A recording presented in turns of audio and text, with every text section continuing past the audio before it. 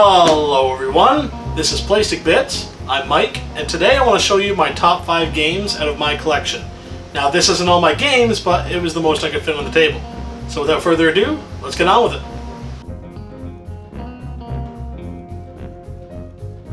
To start off at number 5, I chose probably the rarest game I own, World of Warcraft, the board game, with the expansions. The World of Warcraft board game puts the factions of the Alliance and Horde against each other in a race to see which faction can defeat one of the many bosses of Azeroth. Or, if time runs out, a large PvP battle will happen.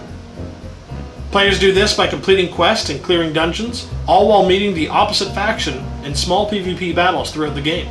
Fans of World of Warcraft will also recognize that the game features familiar enemies and items found throughout the game. It's honestly one of the greatest board game adaptations of a video game I've seen. It mirrors the feel of the popular MMO by starting you out small and making you work together to accomplish a build that you want in the end. It also, unfortunately, mirrors the length it takes to complete the game. There's many different playstyles every time you play this game, and it's very nostalgic to me. The con of this game is it has a long setup time, and it takes even longer to complete it. Number 4 on the list is Catan, the base game. The classic trade, build, and settle strategy game that comes in at number 4, Settlers of Catan. It's crazy to think that this game was first published in 1995 and is usually the game that breaks the barrier into modern board games. But I've only recently tried it for the first time after 10 years in the hobby, and I absolutely love it. Anytime this game hits the table, veterans and newbies of the hobby enjoy the time they invest into it. The game is exactly how it's explained in the box. Lay down some settlements, build roads, cities, or even more settlements, and trade resources with other players, until one of you eventually reaches 10 victory points. It's simple, it's fun, and it's a classic. I love it. One thing wrong with it though is it's simple, which is a good and bad. It's easy for newbies to learn, but once you've played it 40 or 50 times, you kinda get bored of it. Also, players continue to advance in strategy, meaning newer players will just get absolutely obliterated by a veteran. In the number 3 spot, we got Talisman with most of its expansions. This fantasy-themed adventure board game gives players random characters with wildly different abilities and stats to compete for the crown of command in the center of the board.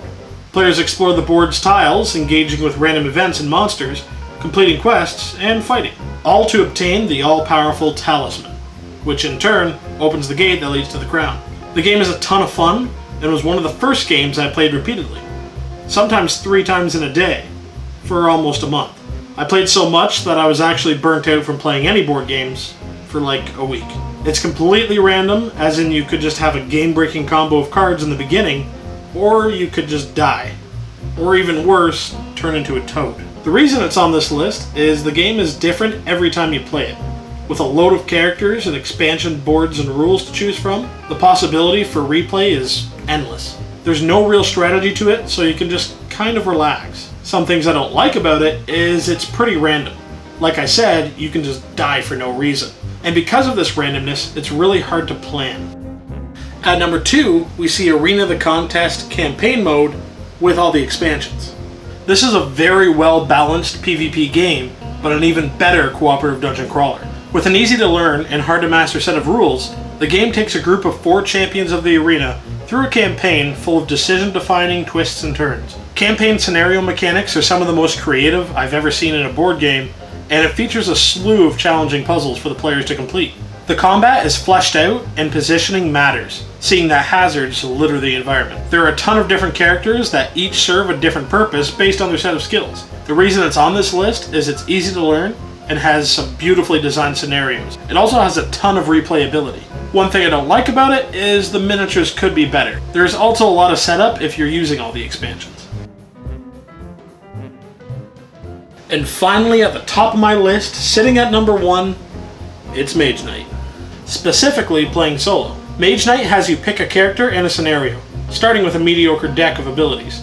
As you explore the land and defeat enemies, you gain fame, level up. You also gain new cards to add to your deck until you're powerful enough to face whatever the scenario has planned. Usually it's a group of cities or a boss. Mage Knight is full of decisions and is a great deck building game. I heard amazing things about it all over forums and decided to pick up the Ultimate Edition a couple years ago. And spoiler, there was no regrets. After getting completely destroyed the first few playthroughs, it became clear that this game was like a solitaire on steroids. I love getting lost in my own brain while trying to figure out the best way to use my cards and plan ahead. And you can only really have the time to do that if you're playing solo. Almost any scenario can be played solo, and with such a large pool of different enemies, spells, actions, it makes the replayability almost infinite. So the reasons at the top of the list is it's a ton of fun, it has a lot of strategy. I love building this weak little deck into a pool of powerhouse abilities and spells by the end game. And most of all, it's challenging. Something I don't like about it, it's pretty difficult. So if you give up easy, you're not going to like it. It's also a bit random on the enemies you're going to face. And to be honest, the paint job on all the minis is really ugly. And that's it for my top 5 out of my collection. Mage Knight's number 1. I think that's number 1 in a lot of people's books, according to Board Game Geek, and I can see why. Now, if you own a couple of these games, and there's a game that you think I'd like that you didn't see in the intro, recommend it to me in the comments, because I'm always looking for something new. Now I have to go put away all these board games. So, thanks for watching. Have a good one.